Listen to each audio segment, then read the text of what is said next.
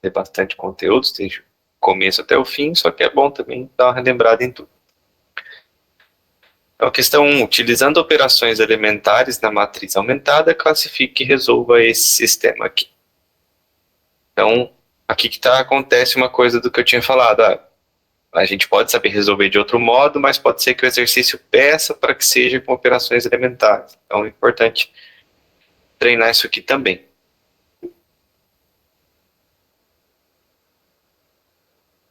Boa noite.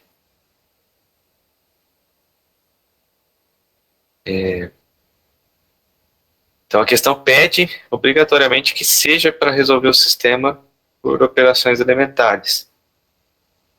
Então, vamos lá. A matriz aumentada, lembrando, você pega os coeficientes aqui, junto com os coeficientes independentes aqui, os que estão sem acompanhar variáveis. Então, aqui o que acompanha o x é 1, está aqui. O que acompanha o y é 1, está aqui. O que acompanha z é 1, está aqui. E aqui é 0, está aqui. O que acompanha x é 1, está aqui. O que acompanha y é menos 1, está aqui. Não tem z, então é 0. Aqui é 0, aqui é 0. Não tem x, então é 0. 2y, então 2. 1z, z igual a 0. 0 está aqui. Então, a matriz ampliada é essa, com os coeficientes e os termos independentes. Aí a gente faz operações elementares nessa matriz de modo a manipular essas coisas e tentar deixar um 0 aqui, 0 aqui, e um 0 aqui. Bom, aqui já está 0. Vamos ver. Então, para cancelar esse 1 aqui, para esse 1 virar um 0, eu vou usar essa linha primeira aqui. Vou fazer a linha 2 menos a linha 1. Então, esse 1 menos esse 1 vai se tornar um 0 aqui. Eu peguei a matriz, a linha 2 recebe a linha 2 menos a linha 1. 1 menos 1, 0, está aqui. Menos 1, menos 1, fica menos 2. 0 menos 1 fica menos 1. E 0 menos 0 fica 0. Então, a linha 2 se transformou nessa linha aqui.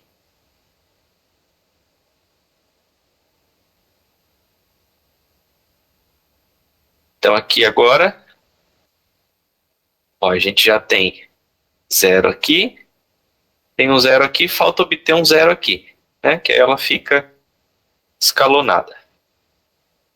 Para zerar esse 2, sem mexer nesse 0, eu uso a linha 2. Porque quando eu operar esse 0 com esse 0, aqui vai continuar 0, e eu vou mexer só aqui. E aqui na outra e aqui para frente. Mas esse aqui eu vou continuar deixando 0. Para zerar esse 2 com a linha 2, é só somar, né? Porque 2 somado com menos 2 vai dar 0. E o resto a gente vê o que acontece depois. Então, a linha 3 vai receber a linha 3 mais a linha 2. 2 mais menos 2 dá 0. Bom, primeiro que o 0 mais 0 dá o próprio 0 aqui. Menos 2. Perdão. 2 mais menos 2 dá 0. 1 mais menos 1 dá 0. E 0 mais 0 dá 0. Então, a última linha ficou toda nula. O que isso quer dizer para a gente em termos de sistema? O sistema dado fica dessa forma aqui. Pega esses coeficientes, joga aqui. Ó, 1x mais 1y mais 1z igual a 0. 0x menos 2y menos z igual a 0. Essa aqui toda de zeros não aparece no sistema, né? Porque ficaria 0x mais 0y mais 0z igual a 0. Ficaria só zeros, então não aparece. Então a gente chegou num sistema que tem menos equações do que incógnitas, né? A gente tem 3 incógnitas, que são x, y, z, e tem 2 equações, que são essa e essa. Isso diz pra gente que a gente tem infinitas soluções. Então esse sistema ele é compatível, porque tem solução, e indeterminado, porque o número de soluções é infinito. Quando é compatível, é porque tem solução. Aí a gente chama de determinado quando tem uma única solução e indeterminado quando tem mais de uma, que nesse caso daí tem infinitas. E incompatível quando não tem solução, lembrando lá das aulas de sistemas, só relembrando as nomenclaturas. E aí, como é que a gente acha soluções? Como é que fica quando é incompatível mesmo? Incompatível, vai ter alguma equação, quando você escalona, vai aparecer alguma equação impossível de ser satisfeita. Por exemplo, 3 igual a 0. Ah, sim, lembrei. Parece alguma coisa doida assim.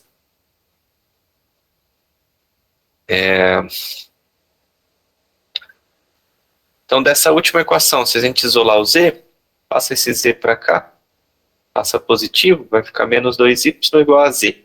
Ou seja, o z igual a menos 2y. Substitui isso na primeira, esse valor de z na primeira, fica então x mais y mais z, né? Só que o z, isolando aqui, ele é menos 2y, então eu troquei por menos 2y. Igual a zero. Y menos 2y é menos y, então a gente tem x menos y igual a zero. Ou seja, x igual a y. Então a solução, ó, a coordenada x da solução é igual a y está independente, e a coordenada z é menos 2y. Então as soluções têm essa cara aqui. Coordenada x igual a y, a coordenada y está livre, né? Pode ser qualquer coisa. Quem depende de y são as outras. O z aqui no caso é menos 2y. Então o conjunto de solução fica esse aqui. São os pontos que têm coordenada x igual a y e z igual a menos 2y, com esse y podendo ser qualquer número real.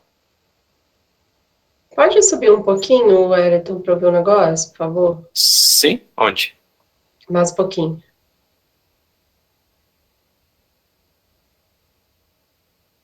Mais? Aham.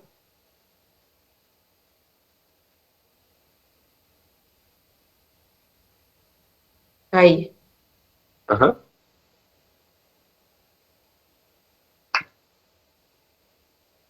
Essas formulinhas de L2 menos L1, L3 mais L2, isso a gente já deu lá atrás, né? Isso aí eu posso usar aleatório, tipo... ou tem que... Ou tem que seguir, eu tenho que seguir sempre uma dessas opções, né? O A2 menos A1 ou A3 mais A2. Não precisa ser mais ela, pode ser, sei lá, mais 2 vezes ela, ou menos 4 vezes ela, depende do que você precisa para zerar o elemento aqui da primeira coluna. Aqui eu queria zerar esse elemento, queria tornar ele zero. Para tornar ele zero, usando a linha de cima, eu preciso subtrair esses dois elementos, né? Por isso que eu fiz a linha 2 menos a linha 1, para 1 menos 1 resultar nesse zero aqui. Se, por exemplo, aqui tivesse um 3. Se aqui fosse um 3, o sistema desce com um 3 aqui. Para eu zerar esse cara, não bastaria eu fazer a linha 2 menos a linha 1, né? Porque esse menos esse apareceria um 2 aqui. 3 menos 1 resultaria num 2 aqui. Então eu precisaria fazer essa linha menos 3 vezes essa. 3 aqui. Aí 3 menos 3 vezes 1 daria 0. Aí eu operaria os outros aqui, ó. Menos 1 menos 3 vezes 1 daria menos 4 aqui. 0 menos 3 vezes 1 daria menos 3 aqui. Aqui continuaria 0. Eu uso o que eu preciso para zerar os elementos para tentar chegar nessa forma de escadinha aqui. Entendi, professor. Obrigada. Mas desde que seja, sim, sempre uma linha somada com um múltiplo de outra, ou subtraída, ou troca de linhas. Aquelas operações elementares lá da aula de sistemas que a gente viu. Não posso, sei lá, elevar uma linha ao quadrado, todos os elementos ao quadrado, isso eu não posso. Mas fazer essa troca de linhas, somar uma linha com um múltiplo de outra linha, subtrair, essas coisas são lícitas aqui. É difícil bater o olho e visualizar o que tem que fazer. Eu tenho uma dificuldade aí nessa parte. Não sei se as outras meninas também têm.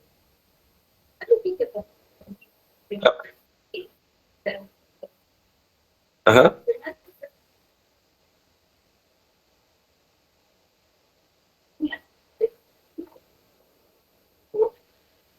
Ah, multiplicar a linha. Multiplicar a linha também é outra coisa que não é lícito aqui. Então, sempre tenha em mente que a gente quer obter algo que tem zero aqui, zero aqui, zero aqui. Sempre deixar uma forma de escadinha. Então, sempre eu vou zerar a segunda linha usando a primeira, eu zero primeiro a segunda. Aqui esse elemento. Então, zerei. Aí já ficou uma forma assim. Já fiz o primeiro degrau da escada. Aqui, por coincidência, nesse caso já é zero, então eu me preocupo em zerar só o outro aqui para deixar a escadinha de zeros.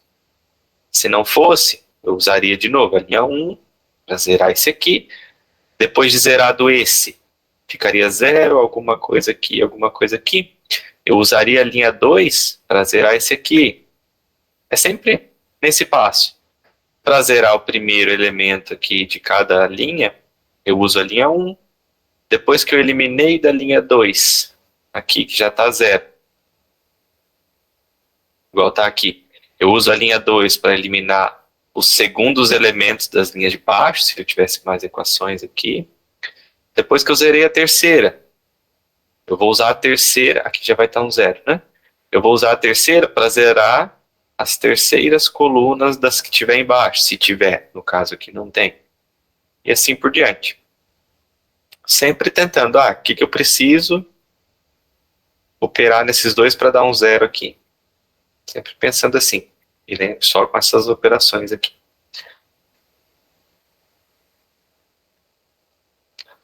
Então as soluções ficaram essas.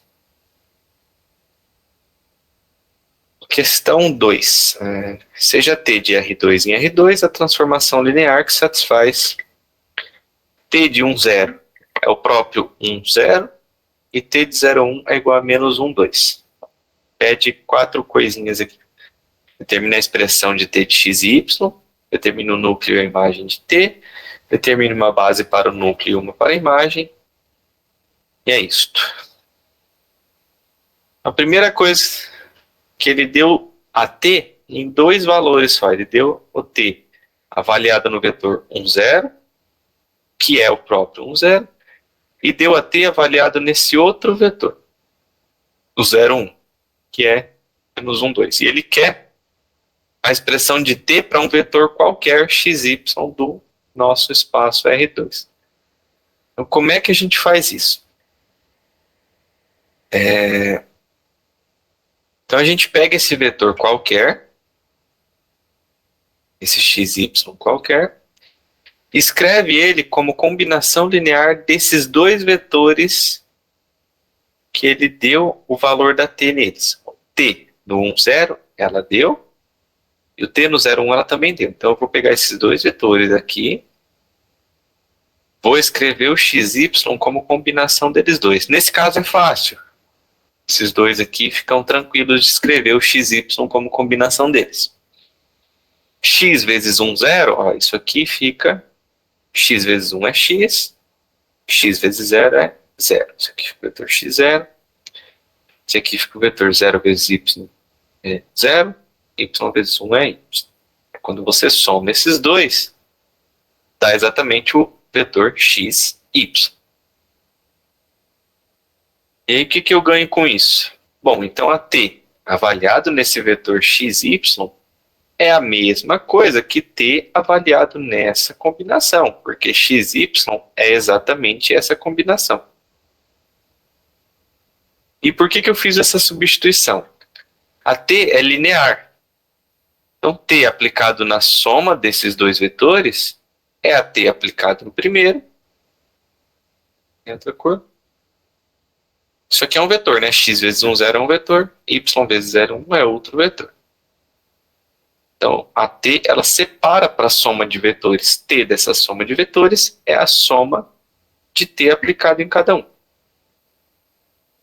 Esse x é um número real. T de um número real vezes um vetor, pelo fato da t ser linear, é o número real vezes t do vetor. Nesse caso, esse vetor é algum zero. E a mesma coisa aqui. T de y vezes esse vetor é y vezes t desse vetor, pela definição de transformação linear. Ela está dizendo que a t é linear, só lembrando aqui. Pelo fato da t ser linear, t da soma de dois vetores é t de um mais t de outro. E t de um escalar vezes um vetor é o escalar vezes t do vetor. Essas são as propriedades que uma transformação linear satisfaz. A da soma, eu usei daqui para cá, né? Eu tinha a soma desse 1 com esse 2. Separei então em t de 1, o 2.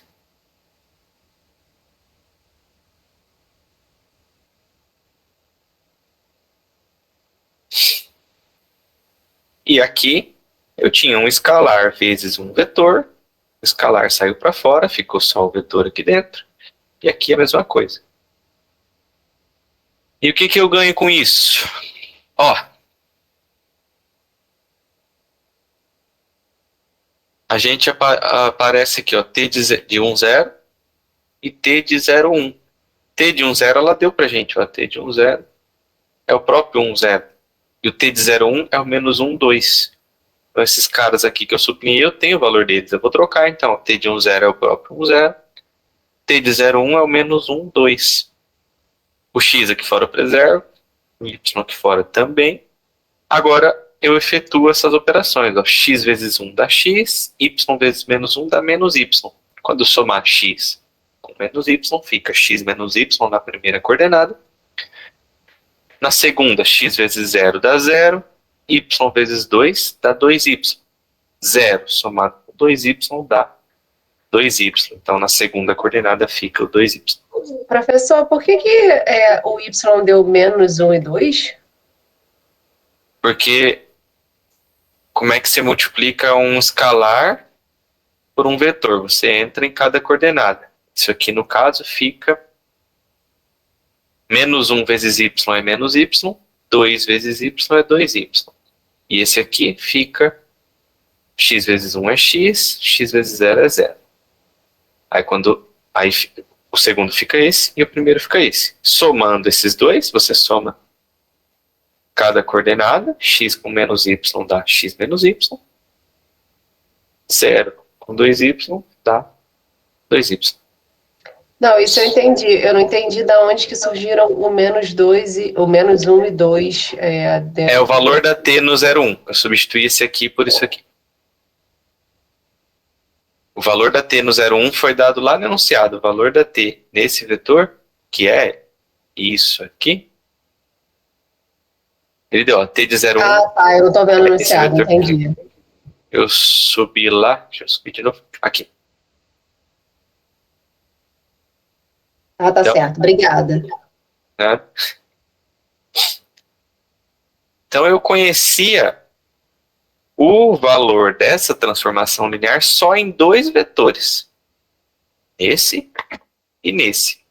Conheci os valores só nesses dois. Através desses dois eu consegui descobrir o valor dela em qualquer outro vetor. Vetor xy qualquer. Ela num xy qualquer dá isso aqui. E aí, isso só usando esse fato aqui. Eu peguei um vetor xy e escrevi como combinação linear daqueles dois vetores dos quais eu tinha o valor da t neles. E usando a linearidade da t.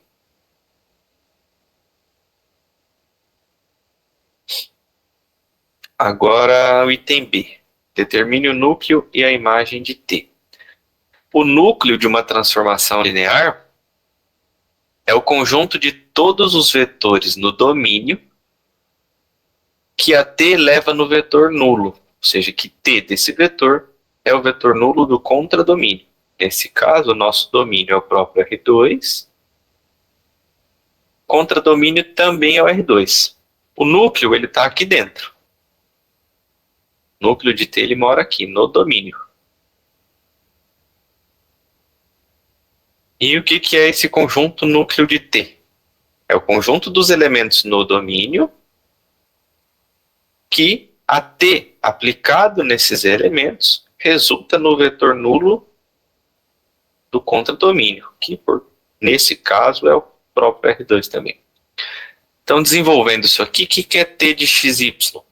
A gente acabou de ver, é x menos y na primeira coordenada, 2y na segunda. Quando que isso aqui é satisfeito? Vamos desenvolver isso aqui. Quando que x menos y, 2y é igual a 0, 0? Primeiro eu preciso que essa coordenada seja 0 e que essa seja 0. Tenho duas equações, x menos y é igual a 0 e 2y é igual a 0. Se x menos y é 0 é porque x é igual a y, passando o y para o lado direito. Se 2y é 0, divide aqui por 2, passa esse 2 dividindo, 0 dividido por 2 é 0, o y é 0. Então você tem x igual a y e y igual a 0. Opa, então o ponto xy só pode ser 0, 0, não tem outra escolha, né? Se o y é 0 e o x é igual a y, eu preciso que o xy seja 0, 0. Então os pontos que satisfazem isso aqui, só tem um ponto, que é o ponto 0, 0. Então o núcleo é o conjunto que só tem o vetor nulo, vetor 0, 0. Agora a imagem. A imagem da transformação linear é o conjunto de todas as imagens de todos os elementos. Ou seja, é o conjunto de todos os t de xy. Só que o que é t de xy? A gente viu que é isso aqui, x menos y, 2y, com x e y variando nos reais. Então a imagem é mais tranquila, é só você colocar a expressão da sua transformação linear, que a gente desenvolveu já no item A.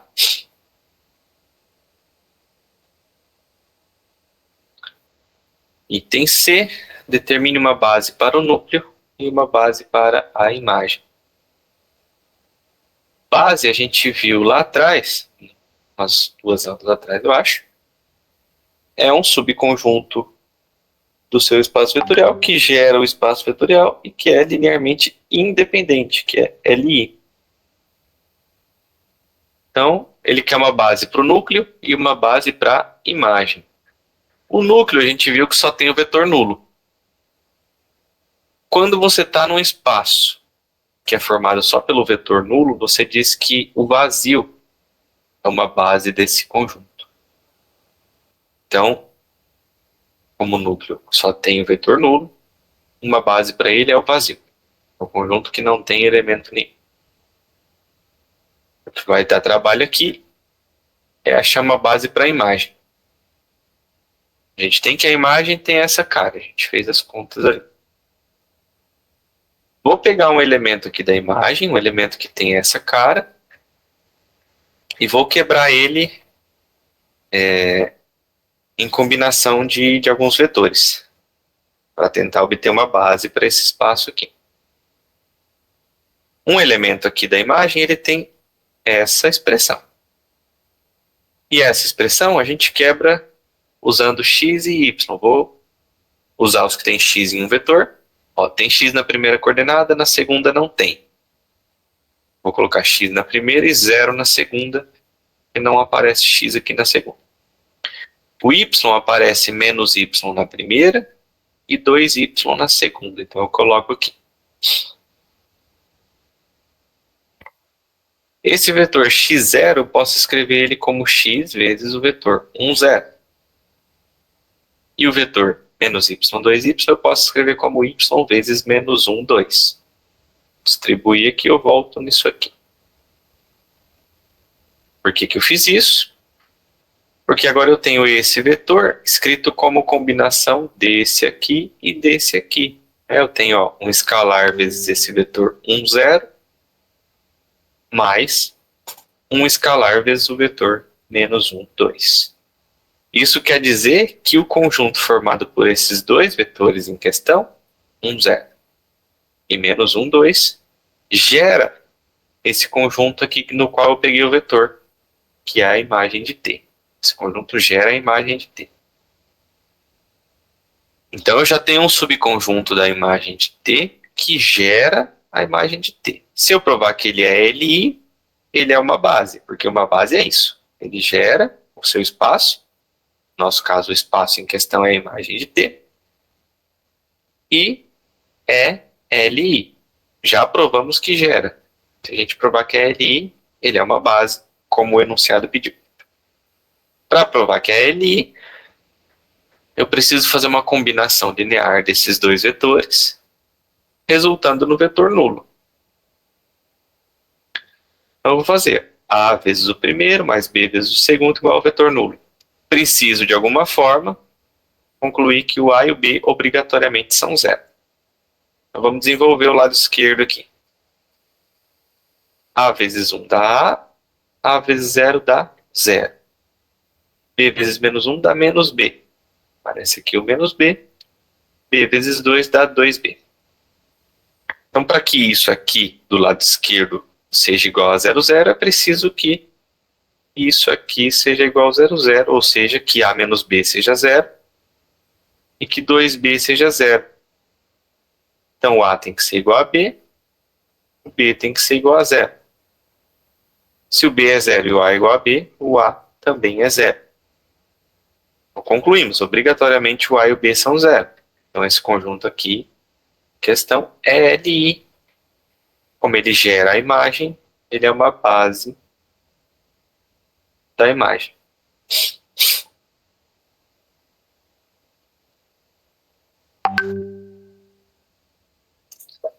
Bastante coisa.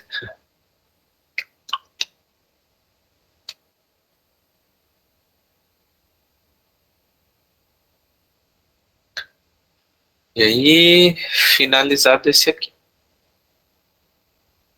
Alguma dúvida?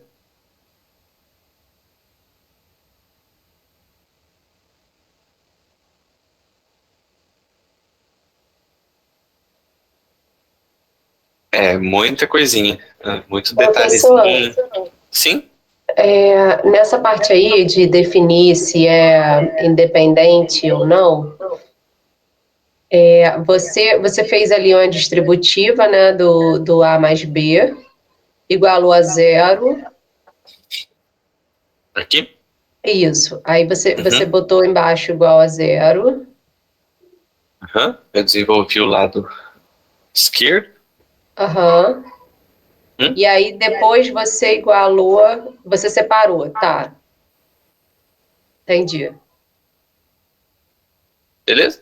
E aí concluiu que as duas variáveis dão zero. Então, Aham. beleza. Agora, não tem aquele negócio que, além de dar zero, tem que testar. É esse que tem que testar duas funções? Ou não? Duas o quê?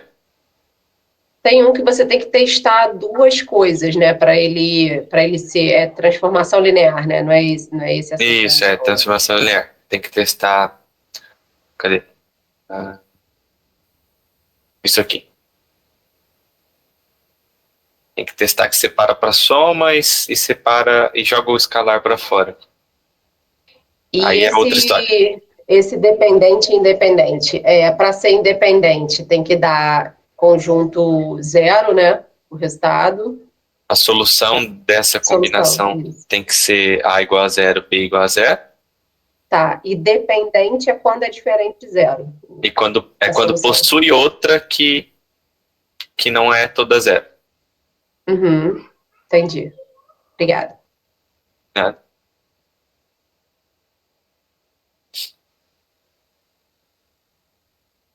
Questão 3. Considere o subconjunto de R3 formado pelos vetores 1, 0, 3, 0, 1, 1.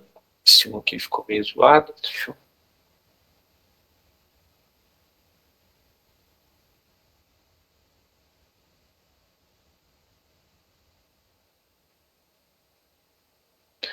Ah, Determina o subespaço gerado pelos vetores de A. E para qual valor de K o vetor menos 2K3 é uma combinação linear dos vetores de A. Então, o subespaço gerado por um conjunto de vetores, lembrando lá, é o subespaço de todas as possíveis combinações dos vetores desse conjunto. Aqui, o subespaço gerado pelos vetores de A, a gente denota dessa forma, coloca colchete e os vetores em forma de lista. Então, o primeiro vetor, o segundo vetor. Esse conjunto é o conjunto de todas as possíveis combinações desses dois vetores. Então, o conjunto de todos os elementos da forma. A vezes o primeiro vetor, mais B vezes o segundo vetor, onde esse A e B variam todos os números reais. Pode tomar qualquer valor de A, qualquer valor de B.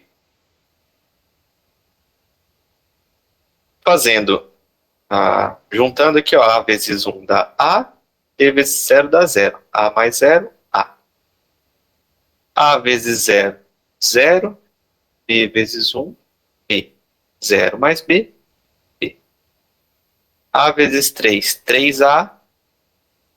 B vezes 1, B. 3A mais B fica 3A mais B. Só juntando, o subespaço fica dessa forma aqui.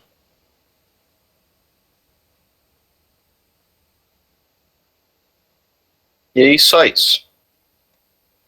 E a segunda pergunta é para qual valor de K esse vetor é uma combinação linear dos vetores de A. Para que ele seja combinação dos vetores de A, ele tem que pertencer ao conjunto de todas as combinações, ele tem que pertencer ao gerado. Porque se esse é o conjunto que tem todas as combinações desses dois vetores, para que esse vetor W seja uma combinação desses dois vetores, ele tem que ser dessa forma aqui. Que essa é uma forma de uma combinação qualquer daqueles dois vetores. Então eu preciso encontrar valores de A e B para que um vetor dessa forma seja igual ao W que eu quero aqui no item B. Então W deve ser dessa forma aqui. Está escrito aqui.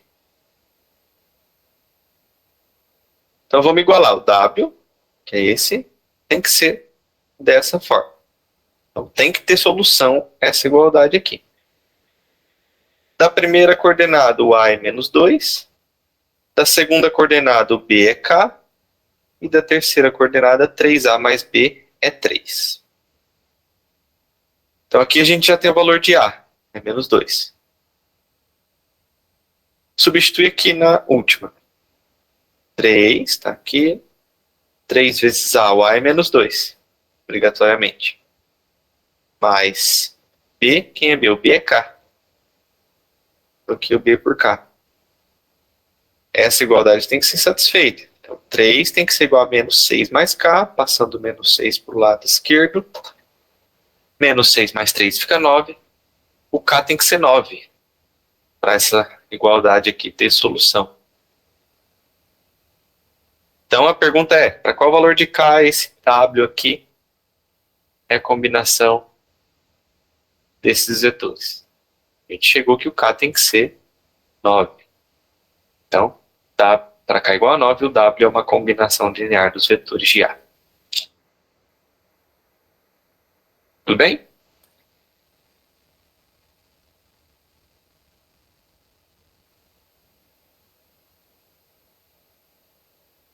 Sim. Beleza.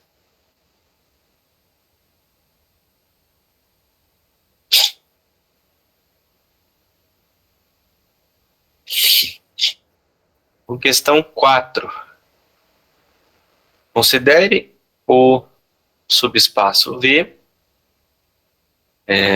gerado pelos vetores 1, 0, 1 e 0, 1, 0 de R3. Né? São vetores de R3, tem 3 coordenadas. O subespaço gerado, então, é um subespaço de R3. Ele pede 4 coisas. Pede para calcular o complemento ortogonal, que a gente denota dessa forma, V, símbolinho de ortogonal, desse subespaço V. Pede para calcular a interseção do complemento ortogonal com o V. Pede para calcular a soma e verificar se essa soma é direta. já a gente vê o que quer dizer todas essas nomenclaturas aqui que a gente não tinha visto até agora.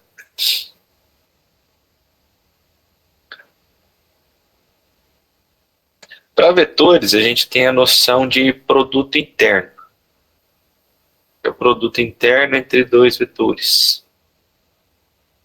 Por exemplo, aqui, produto interno entre dois vetores, você faz primeira coordenada com a primeira, x vezes 1.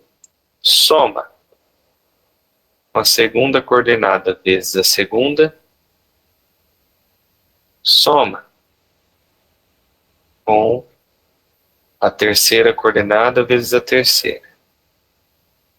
Esse é o produto interno. Você pega a primeira, multiplica pela primeira, soma com a segunda multiplicada pela segunda, soma com a terceira multiplicada pela terceira. Esse é o produto interno em R3. Se fossem 4 coordenadas, continuaria da mesma forma. Pega a quarta coordenada, multiplica pela quarta coordenada e bota na soma aqui. Se fossem 2 coordenadas, teria parado aqui, a segunda. Se fossem 5 coordenadas, continuaria assim. Multiplica cada coordenada com a respectiva do outro e soma tudo. Esse é o produto interno. Vou deixar aqui de baixo. E o produto interno ele está intimamente relacionado com o ângulo entre vetores. Tem um vetor ali,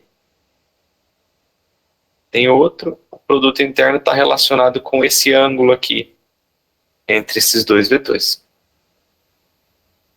Especialmente no caso em que esses vetores são ortogonais, ou seja, que formam um ângulo de 90 graus entre eles.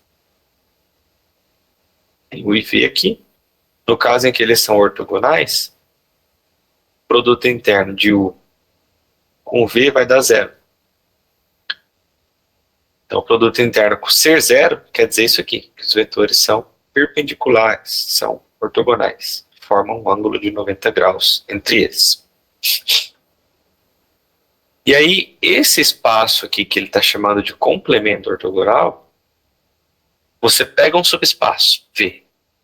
O complemento ortogonal de V é o conjunto de todos os vetores que são ortogonais aos vetores desse espaço V. Vou até escrever aqui. É o conjunto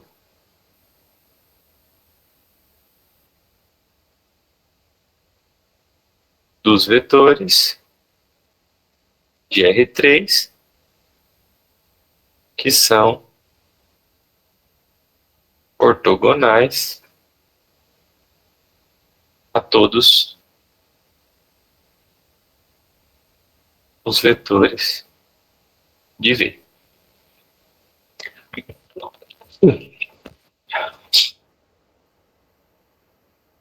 Quando a gente tem o V gerado por alguns vetores, para achar esse V perpendicular aqui, esse complemento ortogonal, a gente analisa só os vetores que são ortogonais aos geradores, que é o que a gente vai fazer ali.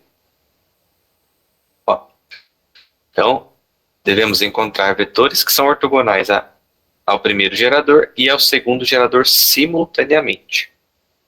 Ou seja, encontrar vetores da forma x, y, z que satisfazem o produto interno com o primeiro gerador é zero, isso quer dizer que ele é ortogonal ao primeiro gerador, e o produto interno desse mesmo vetor que eu estou procurando, x, y, z, com o segundo gerador também é zero. Desenvolvendo esses produtos internos, ó, esse primeiro fica x mais 3z igual a zero. Eu não sei de onde eu tirei 3. É o z vezes esse 1 aqui. Esse primeiro aqui do lado esquerdo fica x mais z. O segundo, ó, x vezes 0, y vezes 1, z vezes 0. X vezes 0 dá 0, y vezes 1 dá y, z vezes 0 dá 0. Então, o segundo produto interno fica isso aqui, y igual a 0. Então, o vetor lá da forma x, y, z, as coordenadas dele têm que satisfazer essas relações. x somado com z é 0 e o y é 0. Ou seja, o x é menos z e o y é 0. Se o x é menos z, eu vou trocar então aqui o x por menos z. O y a gente chegou que é 0, então troco por 0. E o z está livre. O z pode ser qualquer coisa. O x é que depende de z. Então, o vetor no complemento ortogonal tem que ter essa cara. Então a gente conclui, o complemento ortogonal é o conjunto de todos esses vetores aqui. Menos z, 0 e z. Um z real. É porque a gente desenvolveu esses dois produtos internos, chegou que as coordenadas ali satisfaziam essas relações, então o vetor tem essa cara, e o complemento ortogonal então é esse aqui. O item B pede para calcular a interseção do complemento ortogonal com o V. Isso, lá na apostila, tem um resultado que garante que a interseção de um subespaço com o seu complemento ortogonal sempre é o vetor nulo. Vou até completar aqui, pois V é um subespaço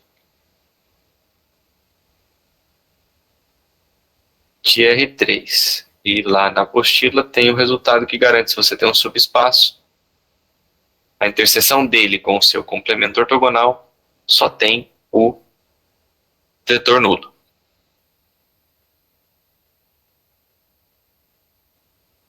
O item C pede para encontrar a soma desses dois subespaços. A gente tem... Professor, você pode repetir esse último aí da interseção, por favor? A interseção eu estou usando um resultado que tem na apostila, que garante isso, que a interseção dos dois sempre é o vetor nulo só. Tem lá o resultado, a interseção de um subespaço com seu complemento sempre só tem o vetor nulo. Ah, tá, então isso é uma regra, né? Isso, perfeito. Eu só usei essa regra. O item C está pedindo para a gente calcular V somado com o seu complemento ortogonal. Sabendo que o V é gerado por esses vetores e que o complemento ortogonal é gerado, se a gente pegar um vetor aqui do complemento ortogonal, simplesmente colocando o Z aqui, para fora, a gente conclui que esse cara aqui é gerado por esse vetorzinho aqui.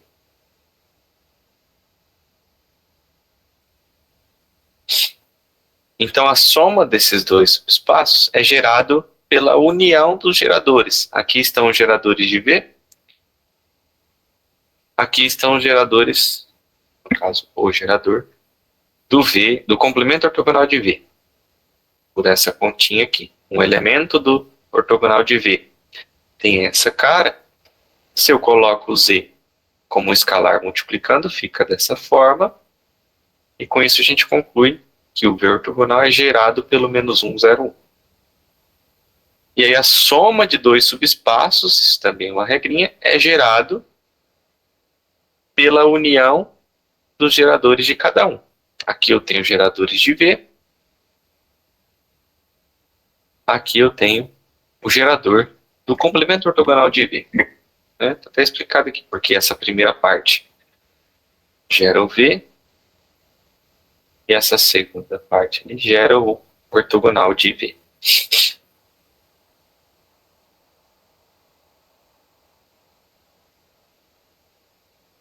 Então, vou verificar que esses três vetores são L e I. Vou pegar uma combinação deles três, dando o vetor nulo. No caso, eu estou em R3, o vetor nulo é o vetor que tem três coordenadas iguais a zero. Aqui, ó, A vezes o primeiro, mais B vezes o segundo, mais C vezes o terceiro, igual a 0, 0, 0. A vezes 1 dá A, B vezes 0 dá 0, C vezes menos 1 dá menos C. A primeira coordenada fica A menos C. A vezes 0, 0, B vezes 1, B, C vezes 0, 0. A segunda fica só o B. A vezes 1, A. B vezes 0, 0. C vezes 1, C. Terceira fica A mais C. Isso é igual ao vetor nulo. Então, cada coordenada aqui tem que ser 0. A menos C tem que ser 0, B tem que ser 0, A mais C tem que ser 0. O B daqui já é 0. Da primeira, o A é igual a C. Substitui A igual a C na última. Vai ficar C mais C igual a 0, ou seja, 2C igual a 0. Se 2C é 0 é porque C é 0. Então a gente já tinha B igual a 0, o C concluímos que é 0, o A é igual a C, então o A, o B e o C são 0 todos. Então esse conjunto aqui é LI. Ele é LI. E a gente já tinha constatado que ele gera essa soma. Então ele é uma base dessa soma. Lembra a definição de dimensão? Quando a gente definiu base, eu falei, ó, toda base de um espaço tem o mesmo número de elementos. Pode ser que o espaço tenha mais de uma base. Mas todas essas bases têm uma coisa em comum. Elas têm o mesmo número de vetores. E aí esse número de vetores a gente chamou de dimensão. Aqui a gente tem uma base para esse espaço em questão com 3 elementos. Então a dimensão desse espaço aqui é 3, porque ele tem uma base formada por 3 vetores. Esse e esse.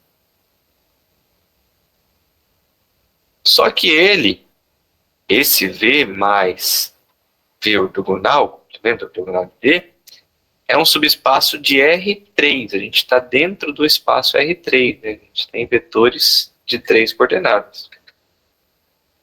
O R3 é um espaço tridimensional.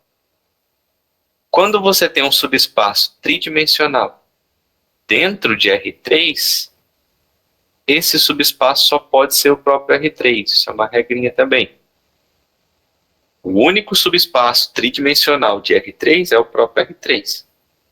Assim como o único subespaço bidimensional de R2 é o próprio R2. O único subespaço quatrodimensional de R4 é o próprio R4. Então, usando isso, como esse subespaço de R3 tem dimensão 3, ele tem que ser o R3 todo. E com isso a gente conclui a soma aqui. Pediu que calcule essa soma. A soma deu o R3. E aqui a gente usou argumentos de dimensão. A gente pegou os geradores. Conseguiu concluir que os geradores são LI. Portanto, tem dimensão 3. Sendo um subespaço de R3, ele obrigatoriamente é igual ao R3. Por argumento de dimensão aqui. E a última pergunta é perguntando se a soma é direta. O que é uma soma direta? Deixa eu abrir uma página nova.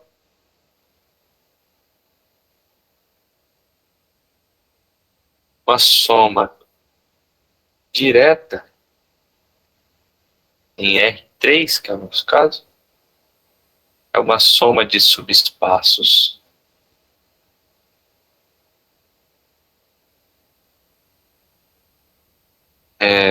U e W. Tá ok. A soma desses subespaços é o próprio R3 e a interseção desses dois subespaços só tem o vetor nulo. Para U e V sendo V, perdão, para U e W sendo V e V ortogonal, vale isso, né? A gente no item B concluiu isso aqui. Em B, a interseção é só o vetor nulo. E no item C a gente concluiu isso aqui.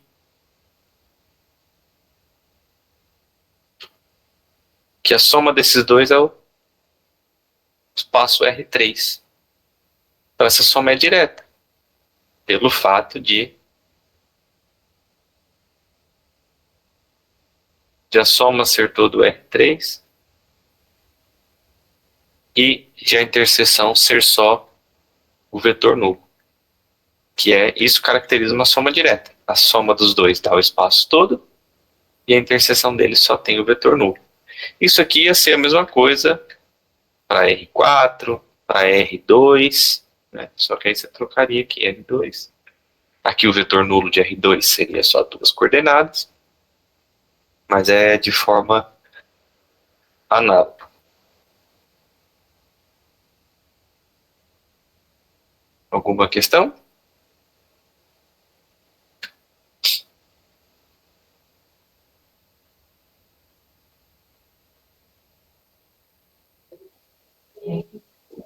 Muita informação essa última aí, tem que treinar.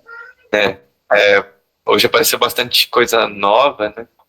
Esse negócio de soma, ortogonalidade. Isso, perfeito, perfeito. Não coloquei aqui, mas vou até colocar então. Neste caso,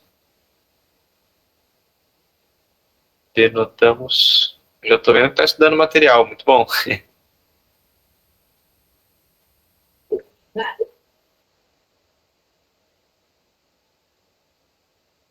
Ah, normal, ainda mistura um monte de conceitos da própria matéria, mistura com os conceitos das outras matérias. Nossa, a cabeça fica maluca.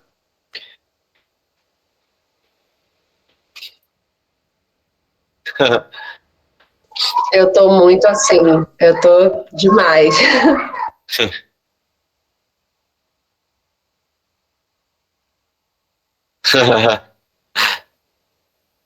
Alguma coisa a gente vai responder, né, Néia? Agora, se é dessa matéria, se é desse assunto, só Deus sabe. Se vai colocar uma integral no meio aqui da álgebra.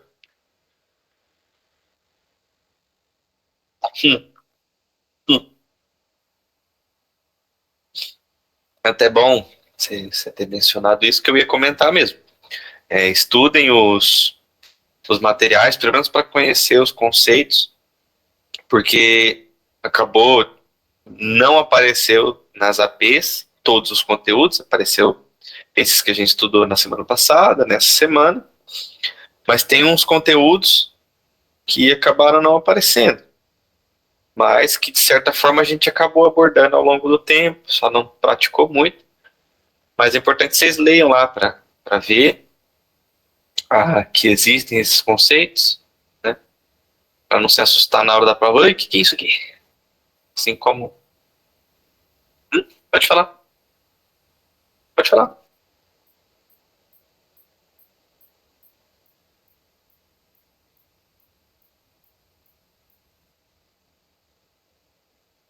Então, eu acabou não colocando.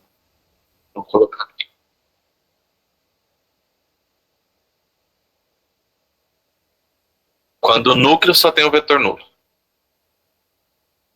Nesse caso aqui, na que a gente fez, ó, o núcleo só tem o zero, então ela é injetor, vou até colocar aqui.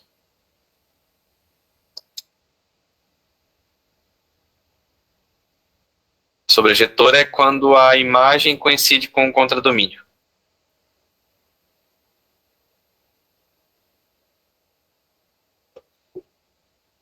Bijetora.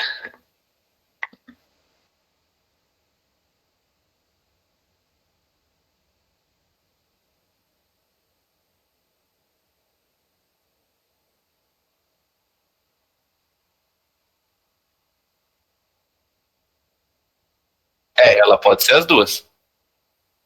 Pode ser as duas. Ó, nesse caso aqui, ó, a gente viu que ela é injetora, o núcleo só tem o zero, né? Isso aqui.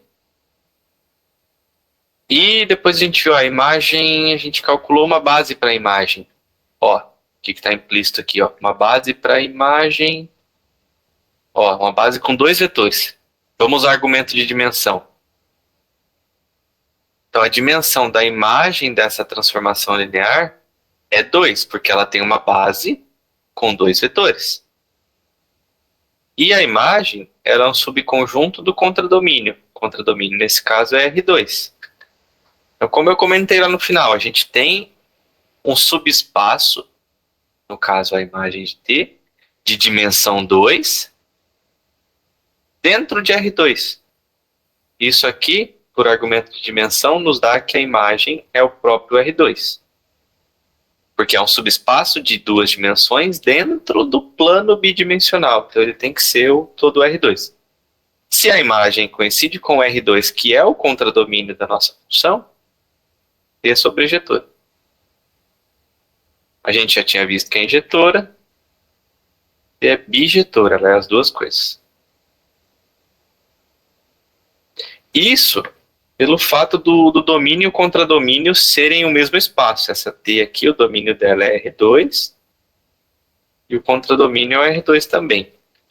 Pode acontecer de você ter uma transformação de R2 em R3, por exemplo. Essa transformação, ela pode ser injetora,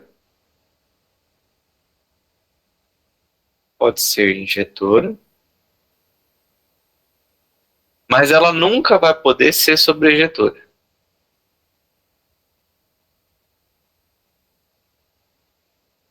Argumento de dimensão também.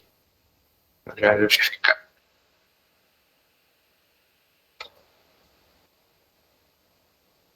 Nem sempre, mas é muito útil usar a dimensão. Porque a dimensão da imagem de uma transformação linear é menor ou igual à dimensão do seu domínio. Domínio da T. Nesse caso, o domínio tem dimensão 2, porque é o plano bidimensional. A imagem, então, ela tem dimensão menor ou igual a 2. Se ela tem dimensão menor ou igual a 2, ela nunca vai poder ser igual ao R3, porque o R3 tem dimensão 3. Ela precisaria ter dimensão 3 para ser todo o R3. Né? Mas ela não pode, ela tem dimensão no máximo 2 por conta do domínio de ser 2.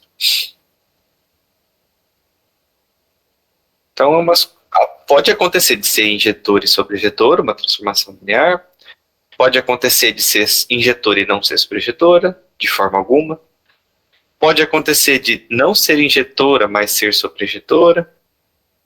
Pode acontecer de tudo. E pode não ser nenhum dos dois também.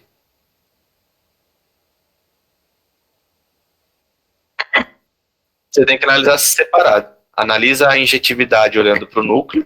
Olha, analisa o núcleo. Se você, de alguma forma, conseguiu concluir que o núcleo só tem o zero, perfeito, injetor. Se não, se apareceu, sei lá, núcleo de T é o conjunto dos x e menos x, por exemplo, em R2. Isso aqui não tem só o vetor nulo, né? Por exemplo, o 1 menos 1 está ali. Então ela não é injetora, ela não tem só o vetor nulo.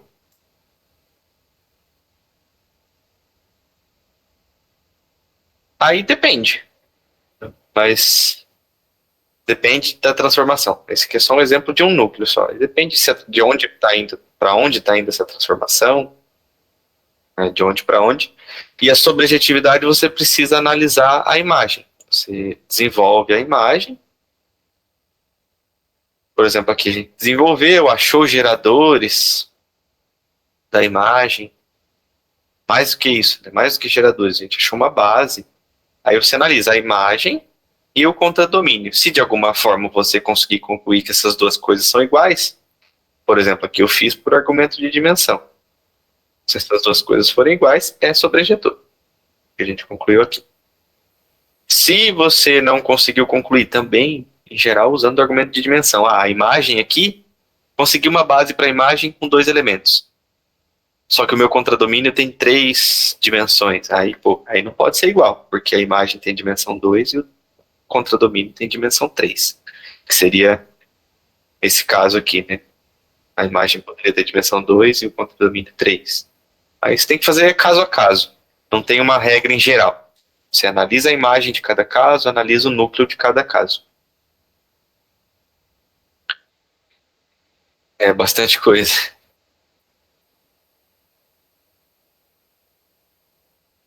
Injetor é se o núcleo der nulo. Aham.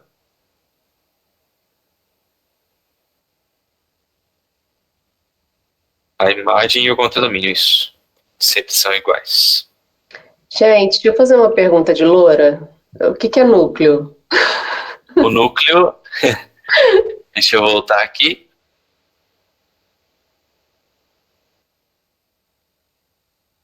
Ó, no nosso caso, a gente tem uma aplicação que vai de R2 para R2. Deu lá no enunciado, ela falou, considera essa aplicação de R2 para R2. O núcleo, ele é um subconjunto do domínio. Ele mora aqui.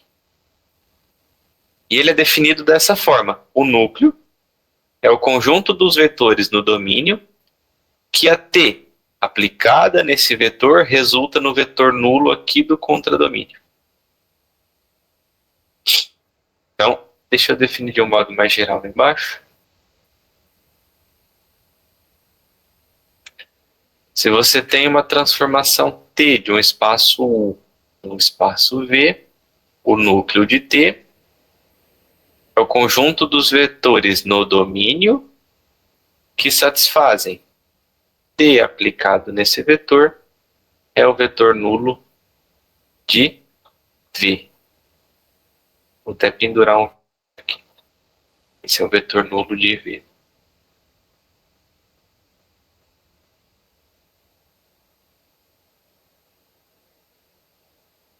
O núcleo é isso, é o conjunto dos vetores no domínio. Vou até colocar isso aqui, é um subconjunto do domínio de T.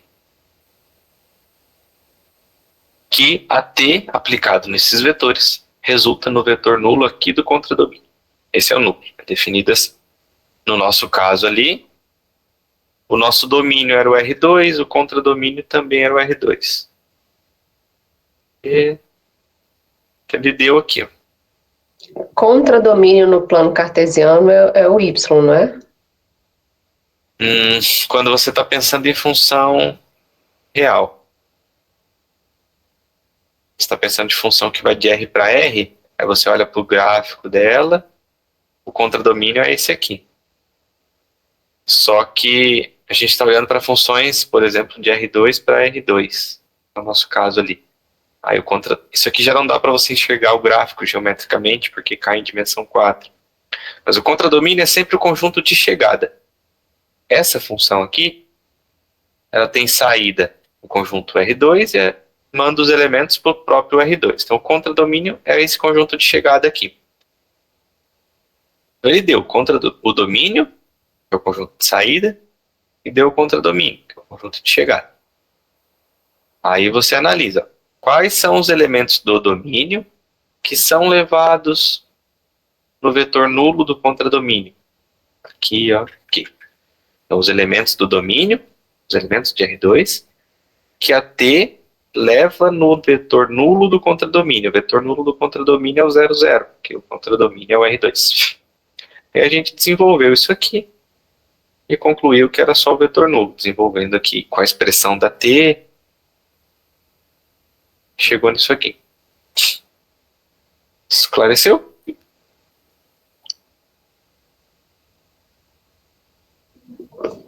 Mais ou menos, mas não tem jeito, tem que revisar isso depois. Aí qualquer dúvida eu te pergunto, professor. Isso, pode mandar lá.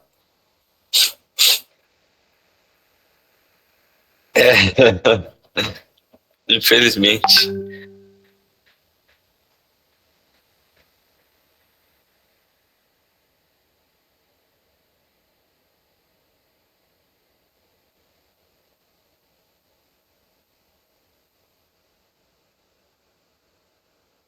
Ó, as resoluções do sistema, de todos os modos, seja por essa que a gente fez hoje, pelo escalonamento da matriz, ou as outras formas você já se davam bem, né? A única que teve problema foi essa. Então, dá uma estudada nessa por operações elementares na matriz, porque se for só resolver o sistema, vocês sabem resolver da outra forma, né? O problema é se for pedir por operações elementares. A parte de transformação linear sempre cai, a parte de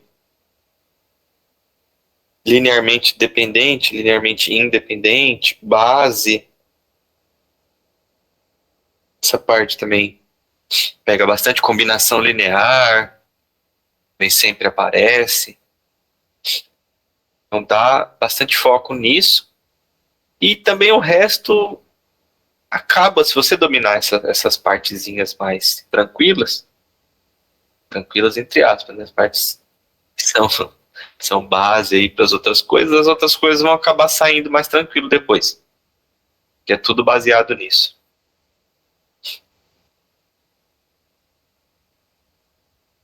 Vou salvar esse arquivo.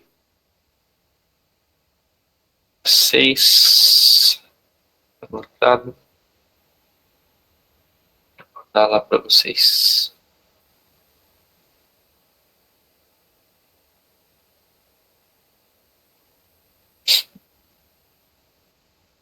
Você já sente sono cedo? É.